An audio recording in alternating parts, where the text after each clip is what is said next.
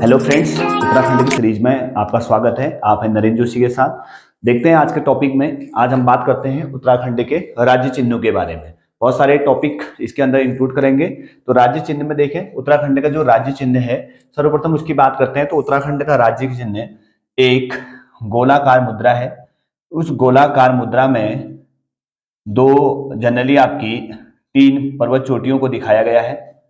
और जो तीन पर्वत चोटियां हैं, ये तीन पर्वत चोटियों को हम देख रहे हैं। तो इन तीन पर्वत चोटियों में जो बीच की पर्वत चोटी है वो थोड़ी सी ऊंची है, और ये दो चोटियां जो है थोड़ी सी छोटी हैं। और इन पर्वत चोटियों के जस्ट नीचे गंगा की चार लहरें हैं। गंगा की चार लहरें हैं। ये किसको डिनोट कर रही हैं? गंगा की लहरों को। गंगा की चार लहरें हैं। और इसके जस्ट नीचे एक गोलाकार मुद्रा है। गोलाकार मुद्रा में अशोक की लाट है। अशोक की लाट ले रखी है, और जिसमें मुंडकोपनिषद से सत्यमेव जयते स्टेटमेंट को लिया है। तो ये उत्तराखंड का क्या है? यानी राज्य चिन्ह है, जिसमें एक गोलाकार मुद्रा में तीन पर्वत चोटियों को दिखाया गया है। उन तीन पर्वत चोटियों में से जो साइड की पर्वत चोटियां हैं वो थोड़ी सी छोटी हैं। किसके कंपैरिजन में? बीच वाली चोटी के। और बीच वाली चोटी थोड़ी सी हाइट में ऊंची है। और उसके जो गंगा की जो पर्वत चोटियां, उसके जस्ट नीचे गंगा की चार लहरें हैं। और गोलाकार मुद्रा में अशोक की लाट उसमें खुदा हुआ है। और अशोक की लाट में मुंडकोपनिषद से सत्यमेव जयते एक स्टेटमेंट लिया है। तो यहाँ पे ये तो आपका टर्म हो गया हमारा राज्य चिन्ह का। तो हम बात करते हैं राज्य चिन्हों में। सबसे पहले राज्य पुष्प की बात करेंगे। तो टॉपिक है, नेक्स्ट देखते हैं, राज्य पुष्प। राज्य पुष्प, आज हम बात कर रहे हैं राज्य पुष्प की। तो राज्य पुष्प हमारा क्या है? ब्रह्म कमल। स्टेटमेंट के लिए देखें, ध्यान रखेंगे। तो हमारा जो राज्य पुष्प है वह है ब्रह्म कमल, जिसका बॉटनिकल नेम है सोसूरिया ऑब्लेवेटा।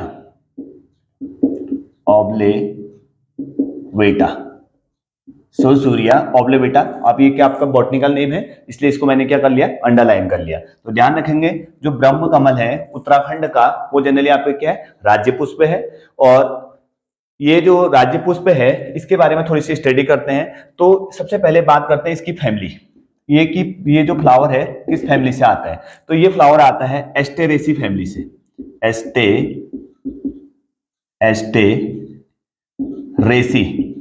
एस्टेरेसी फैमिली से।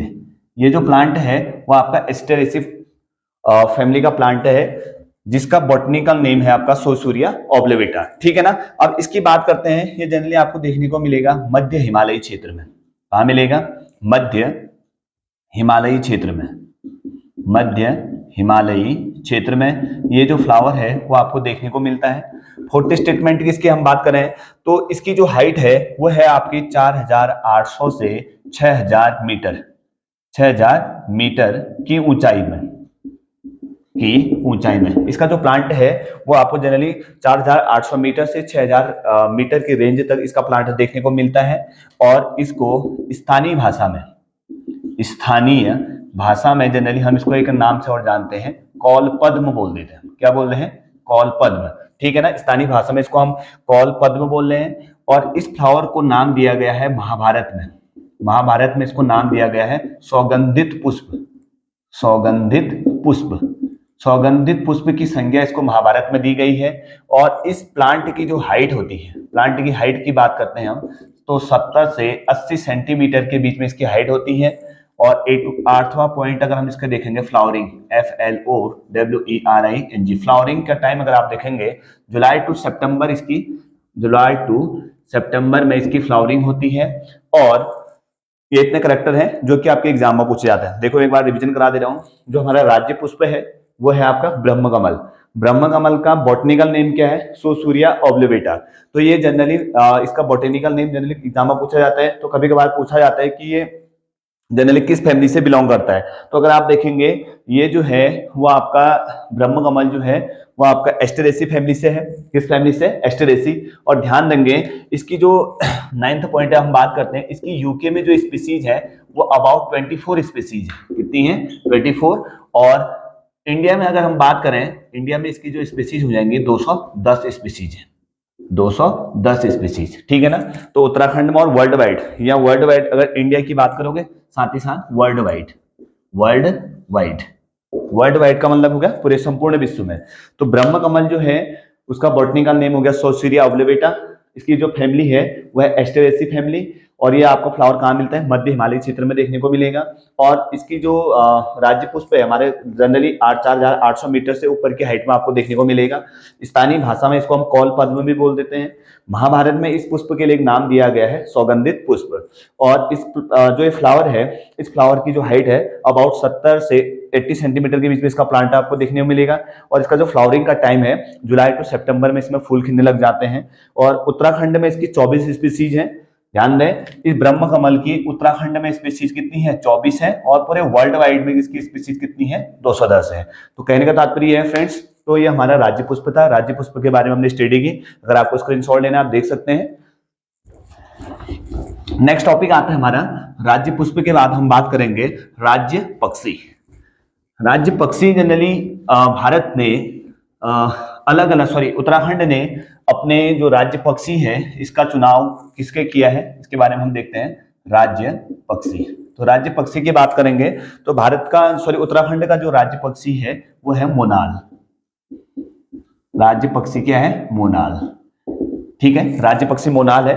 तो इसका अगर हम बात करें फर्स्ट में जूलॉजिकल नेम, जूलॉजिकल नेम, जो मोनाल का जूलॉजिकल नेम है वो है लोफोफोरस इम्पीजेनस, लोफोफोरस इम्पीजेनस जूलॉजिकल नेम है, इसलिए अंडरलाइन कर दिया मैंने। तो जो राज्य पक्षी है वो आपका क्या है, मोनाल। ध्यान दें, जो ये राज्य पक्षी है मोनाल, ये आपका नेपाल का राष्ट्रीय पक्षी भी है। नेपाल का राष्ट्रीय पक्षी, राष्ट्रीय पक्षी, जैसे भारत का राष्ट्रीय पक्षी क्या है, मोर है, भारत का राष्ट्रीय पक्षी मोर है, तो ऐसी नेपाल का क्या है, ये राष्ट्रीय पक्षी है।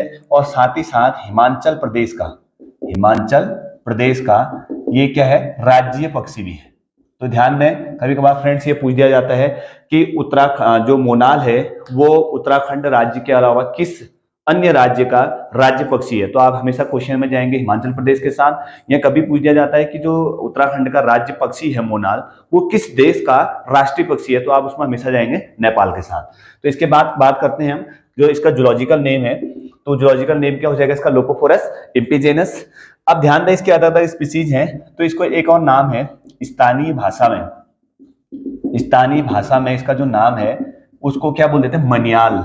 ध्यान दें, मनियाल या बोल देते हैं, या हम इसको मुनाल भी बोल देते हैं। क्या बोल देते हैं, स्थानीय भाषा में इसे मुनाल या मुनियाल बोल देते हैं। ध्यान दें, जो मोनाल है, मोनाल दो आपके दो टाइप के पक्षियां हैं जनरली। इसका जो अगर आप देखेंगे मेल, जो मेल पक्षी है मेल, और दूसरा क्या है, फीमेल। ध्यान दें, फीमेल, जो फीमेल का नाम है वो है मोनाल। फीमेल को हम क्या बोल दे रहे हैं, मोनाल बोल रहे हैं, और मेल को हम बोल देते हैं इसका डफिया। क्या बोल रहे हैं, मेल का नाम क्या दे रहे हैं, डफिया। तो ध्यान दें, इसका जूलॉजिकल नेम है लोफोफोरस इम्पीजेनस, स्थानीय भाषा में इसे मुनियाल या मोनाल भी बोलते हैं। तो मोनाल जो है उत्तराखंड का राज्य पक्षी है। तो मोनाल कौन सा है, उत्तराखंड का राज्य पक्षी, ध्यान रखेंगे हमेशा फीमेल के साथ जाएगा। इसका जो फीमेल स्पीसीज है वो जनरली इसको हम प्रिफेयर करते हैं राज्य पक्षी के लिए, ठीक है। तो इसके साथ साथ इसकी जो अबेंडेंस है ये 2500 मीटर से 5000 मीटर की हाइट पे आपको देखने को मिल सकता है।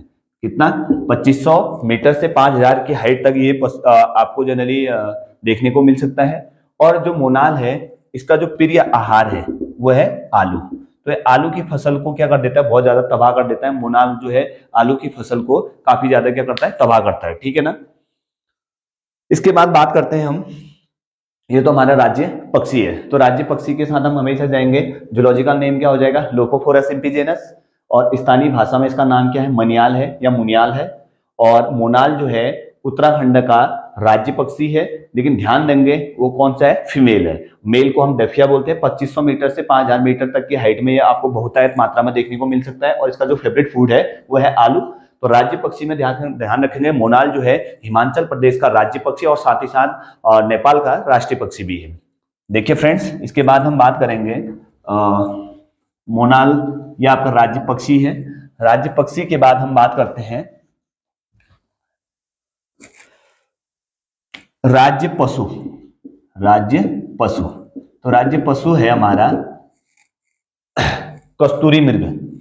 राज्य पशु जो है वो है कस्तूरी मृग, यह है आपका मस्क डियर, कस्तूरी मृग।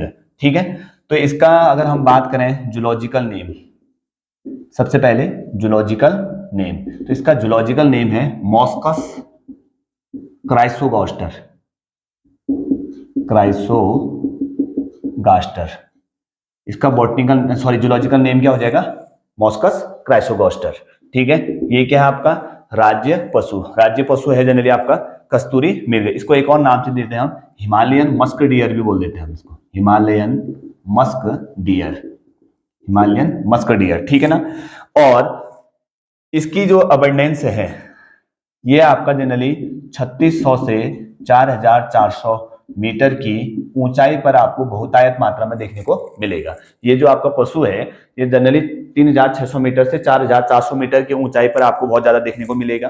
ठीक है, इसके एक पैर में 4 खुर होते हैं, एक पैर में 4 खुर होते हैं। एक पैर में जनरली इसके क्या देखने को मिलेंगे, आपको 4 खुर मिलेंगे। और इसकी जो अबाउट हाइट है, हाइट है इसकी, हाइट अबाउट इसकी कितनी है, 26 इंच। 26 इंच इसकी हाइट रहती है। वेट, इसका जो वेट देखने को मिलेगा आपको 10 से 20 किलोग्राम इसका क्या होता है, वजन होता है। ठीक है ना। और इसका जो एवरेज लाइफ स्पॉन है ये है आपका 20 ईयर, यानी कि मैक्सिमम ज्यादातर अगर आप देखेंगे इसका 20 साल तक रह सकती है। और गर्भधारण अवधि अगर आप इसकी बात करते हो तो वह है 6 मंथ। ठीक है। और ध्यान दें, जो इसका जो मेन इस्तेमाल है कस्तूरी निकालने के लिए, कस्तूरी जो होती है केवल नर मृग से प्राप्त होती है। ठीक है ना। ध्यान दें, जो कस्तूरी निकाली जाती है वो केवल मेल से निकाली जाती है। और मेल से कब निकाली जाएगी, और ऐसे मेल से निकाली जाती है जो जिसकी उम्र कम से कम 1-2 वर्ष से ज्यादा हो जाती है। और प्रत्येक 3 वर्ष के बाद इससे कस्तूरी हम क्या कर सकते हैं, प्राप्त कर सकते हैं। तो देखिए फ्रेंड्स, हमारा जो राज्य पशु है वो है कस्तूरी मृग। इसका जूलॉजिकल नेम है मॉस्कस क्राइसोगास्टर, जिसको हम बोल देते हैं हिमालयन मस्क डियर। और ये जनरली आपको 3600 से 4400 मीटर की ऊंचाई पर देखने को मिलेगा। और इस जानवर के एक पैर में जनरली 4 खुर देखने को मिलेंगे। इसकी जो हाइट है अबाउट 26 इंच तक इसकी हाइट देखने को आपको मिल सकती है। और इसका वेट जो है 10 से 20 किलोग्राम के वजन का होता है। और इसका लाइफ स्पॉन या इसके जो एवरेज आयु है वो 20 वर्ष जनरली मानी गई है। गर्भधारण अवधि इसकी 6 मंथ है। और कस्तूरी जो होती है, कहते भी हैं कि इसका जो आखेट है या इसका अवैध जो शिकार किया जा रहा है कस्तूरी के लिए किया जाता है। कस्तूरी जो है अस्थमा, दमा या इन बीमारियों के लिए बहुत ज्यादा यूजफुल होती है। तो केवल इसको नर मृग से प्राप्त किया जाता है। तो नर मृग से हम क्या करते हैं, ऐसे नर जो कम से कम 1 साल से बड़े हो चुके हैं उनसे उनके ऑपरेट करने के बाद उनसे क्या निकाल दिया जाता है, कस्तूरी निकाल दिया जाता है। और प्रत्येक 3-3 साल के एवरेज वैल्यू में या प्रत्येक 3-3 साल के स्पॉन में हम जनरली इससे क्या कर लेते हैं, कस्तूरी निकाल लेते हैं। और कस्तूरी का जो यूज है वो जनरली किसके लिए किया जाता है, हृदय रोग के लिए किया जाता है, टाइफाइड के लिए किया जाता है, मिर्गी के लिए किया जाता है, दमा के लिए किया जाता है, अस्थमा के लिए किया जाता है। तो सारी इन बीमारियों में किसका यूज होता है, कस्तूरी का होता है। ठीक है। तो बात करते हैं इस जानवर को संरक्षण के लिए 1972 में कस्तूरी मृग विहार इसके संरक्षण के लिए कस्तूरी मृग विहार बनाया गया। कहां पे, केदारनाथ में। ठीक है ना। कस्तूरी मृग के संरक्षण के लिए 1972 में सबसे पहला स्टेप उठाया गया, कस्तूरी मृग विहार की स्थापना की गई। कहां पे, केदारनाथ वन्य जीव अभ्यारण्य के अंदर ही। तो इसका स्थापना की 1972 में।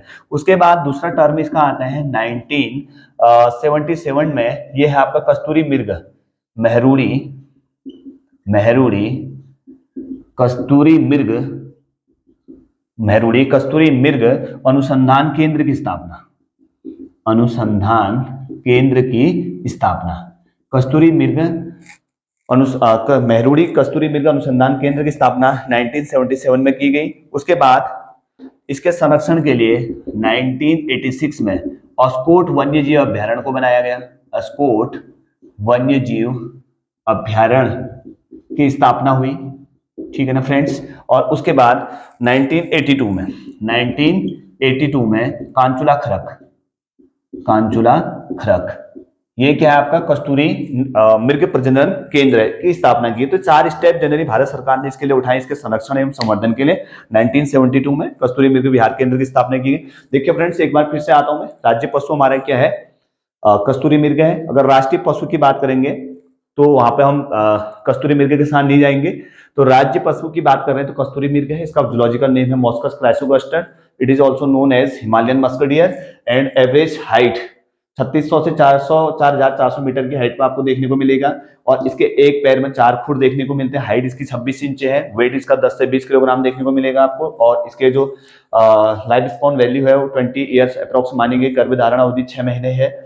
और जो इसका नर है उसी से केवल हम क्या निकालते हैं, कस्तूरी निकालते हैं। और प्रत्येक जो ऐसा नर जिसको 1-2 साल के नर हो जाते हैं तो उसके ऑपरेट करने के बाद उससे 3-3 साल के स्पॉन वैल्यू में हम क्या निकाल लेते हैं, कस्तूरी निकाले। कस्तूरी का मैंने बताया आपका यूज कहाँ होता है। और भारत सरकार के इसके संरक्षण के लिए 1972 में कस्तूरी मृग विहार केंद्र की स्थापना केदारनाथ में की। 1977 में मेहरुड़ी कस्तूरी मृग अनुसंधान केंद्र की स्थापना की। 1986 में अस्कोट वन्यजीव अभ्यारण्य की स्थापना हुई। और 1982 में कांचुला खरक, ये आपका क्या है, कस्तूरी मृग प्रजनन केंद्र है, इसकी स्थापना की। तो इसके बाद देखिए लास्ट टॉपिक बच जाता है हमारा इसके बाद राज्य वृक्ष। राज्य वृक्ष की बात करते हैं तो जो राज्य वृक्ष है हमारा वो जनरली है बुरांस, ठीक है। राज्य वृक्ष की बात हो रही है वो है आपका बुरांस, ठीक है ना फ्रेंड्स। तो देखो बुरांस, पहला स्टेटमेंट आता है इसका बॉटनिकल नेम। तो इसका बॉटनिकल नेम है किसका, बुरांस का, रोडोडेंड्रॉन ऑर्बोरियम।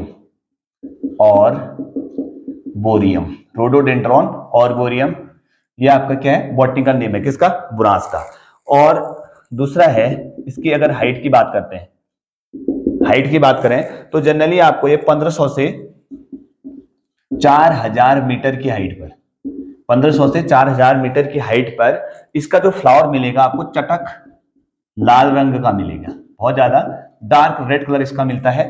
और 11000 फीट से ऊपर अगर आप कहां चले जाते हैं, 11000 फीट से ऊपर जाते हैं तो इसका जो फूल होता है वो सफेद रंग का हो जाता है, सफेद पुष्प देखने को मिलते हैं। इसका मतलब क्या है कि कलर आपका डिपेंड कर रहा है किस पे, आप ये बोल सकते हैं colour is directly proportional to height. इसका मतलब क्या हो गया कि जैसे जैसे हाइट बढ़ते गई फ्लावर का जो कलर है वो डिसअपेयर होते गया। तो कम हाइट पे इसका जो पुष्प है, कम हाइट पे किसका, बुरांस का पुष्प जो है कम हाइट पे आपको लाल देखने को मिलेगा। जैसे जैसे ऊंचाई बढ़ेगी तो इसका जो रेड कलर है वो फेड होते जाता है और मैक्सिमम हाइट पे जाके इसका जो पुष्प है वो कैसा हो जाता है, आपका सफेद हो जाता है। तो इसलिए ध्यान रख लेंगे colour is directly proportional to है क्या है, हाइट। तो हाइट बढ़ने से कलर क्या होगा, फेड करेगा।